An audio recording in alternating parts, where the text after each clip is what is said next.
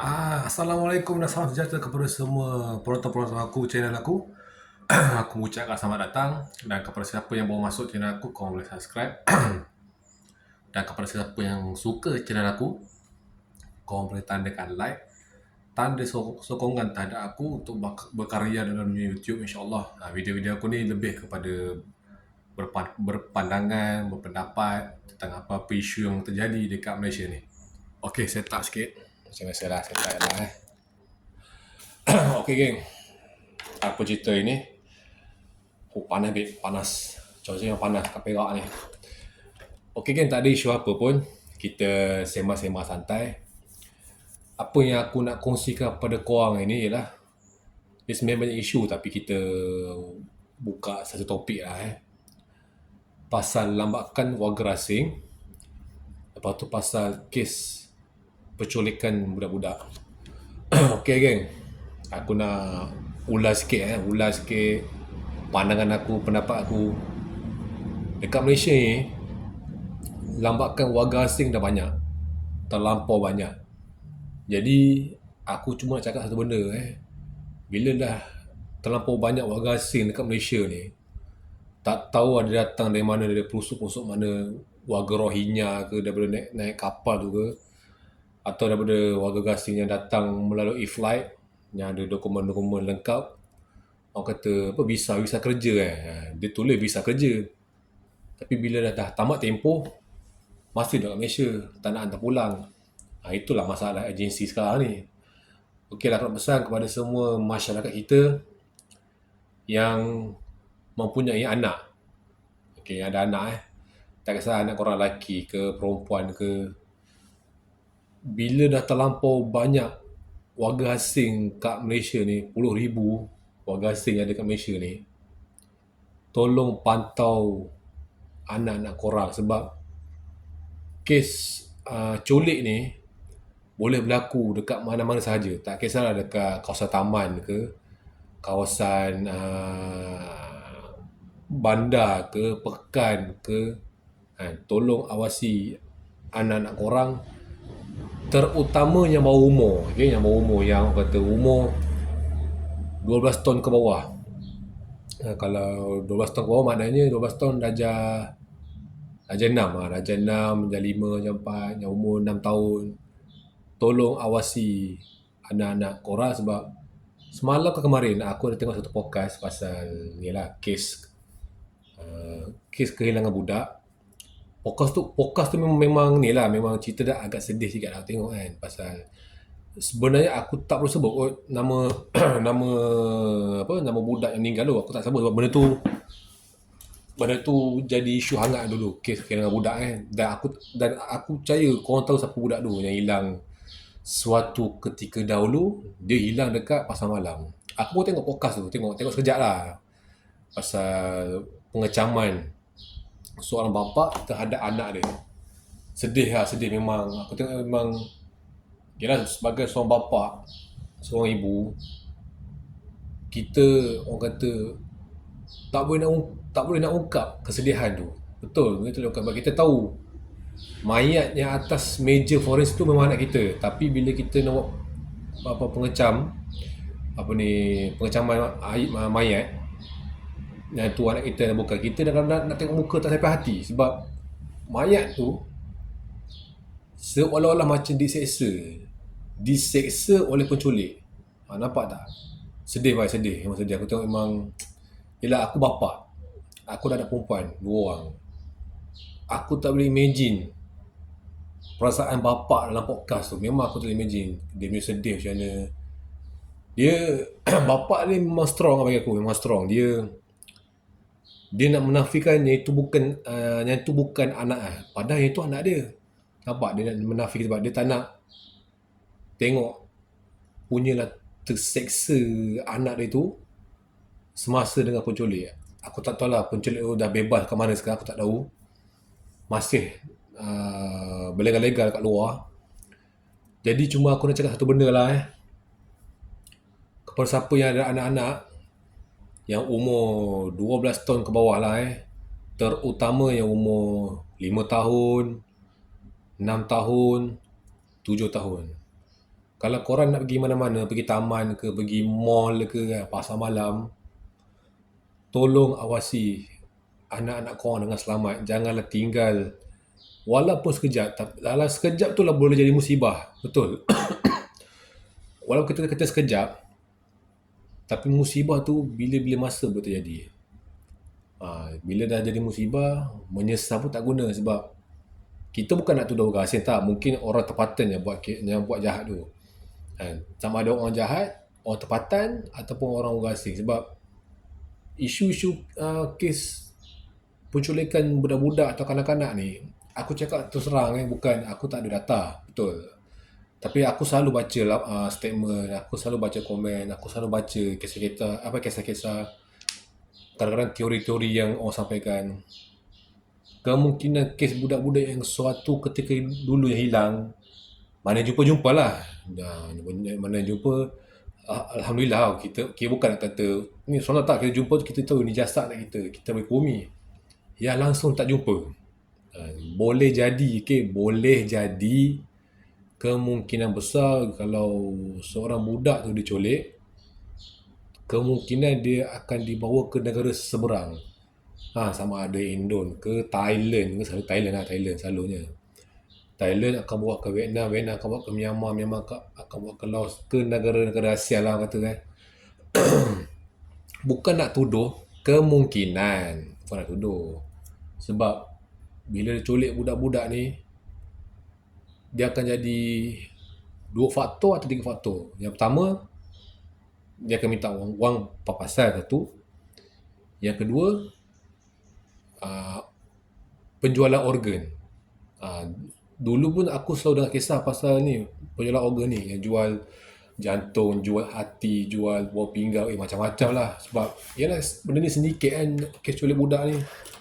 Kes culik budak yang bukan main-main. Yalah, budak tak tahu apa, umur 5 tahun, 6 tahun, tanpa pemantauan ibu bapa, pergi mana-mana, pergi jalan ke, main taman ke, pergi mall, sorang-sorang, tak ada peneman. Penculik tu masih berlega-lega dekat kita ni sekeliling ni. Kita tak tahu dia tu penculik atau tak. Kita nampak dia orang biasa, padahal dia tu penculik.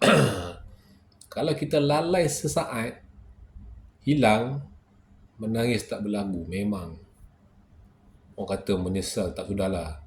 Kita menangis, keluar air mata darah sekalipun, takkan boleh kembalikan anak kita. Kalau boleh kembali tu, bagi aku satu rahmat, bagi aku syukur lah kalau dapat kembalikan anak kita secara hidup. Tapi kalau dapat kembalikan anak kita tu dengan hanya pulang dengan jasad, tak bernyawa, memang tak boleh nak buat apa lah. Sebab kita pun nak cakap pun tak takut-takut, sebab yalah, warga asing dekat Malaysia ni ramai, terlampau ramai sangat-sangat.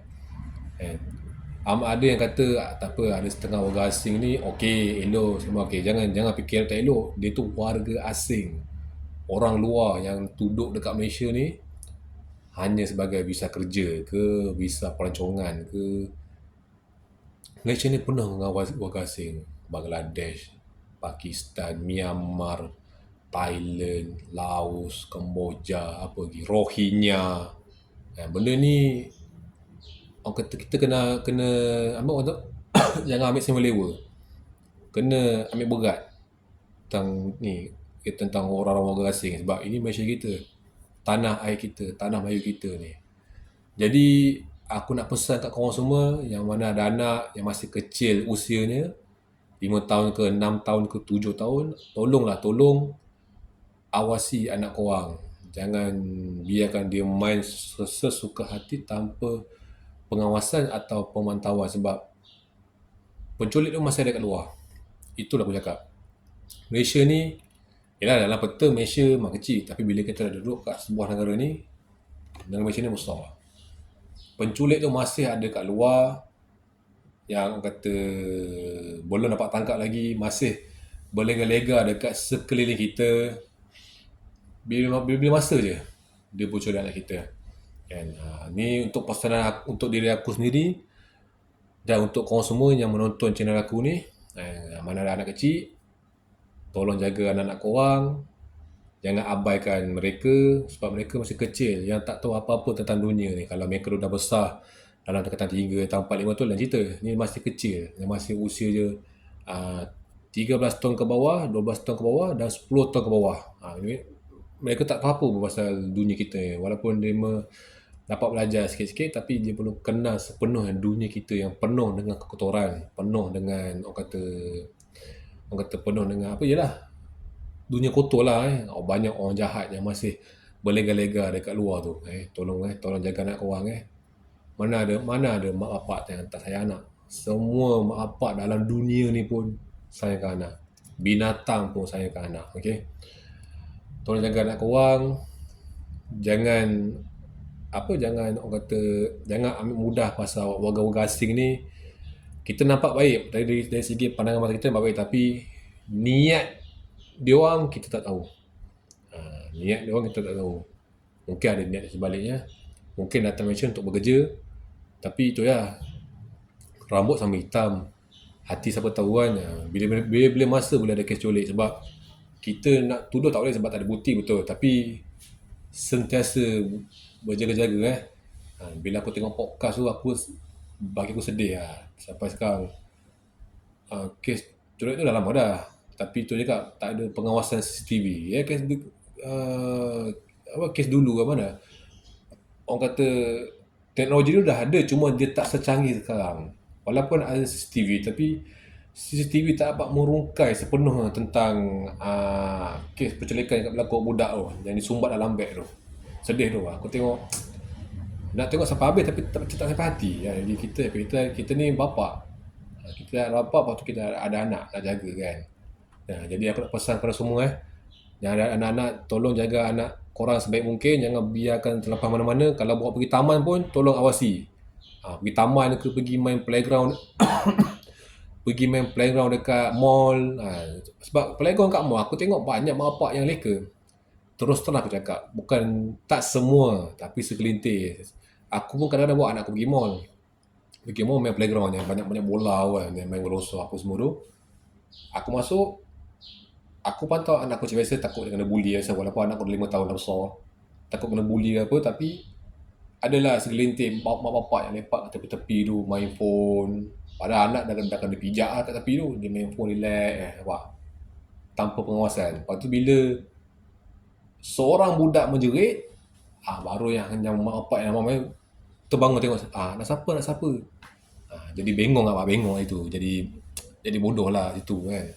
Okay, bila dah bawa anak korang pergi ke mall, pergi playground ke apa, taman permainan, tolong awasi. Sebab setiap kali kalau kita bawa budak-budak pergi main playground atau pergi taman, kawasan taman kan, mesti ada beberapa orang, walaupun kita tak tahu orang biasa, tapi mungkin anak-anak kita yang ramai tengah main diperhatikan.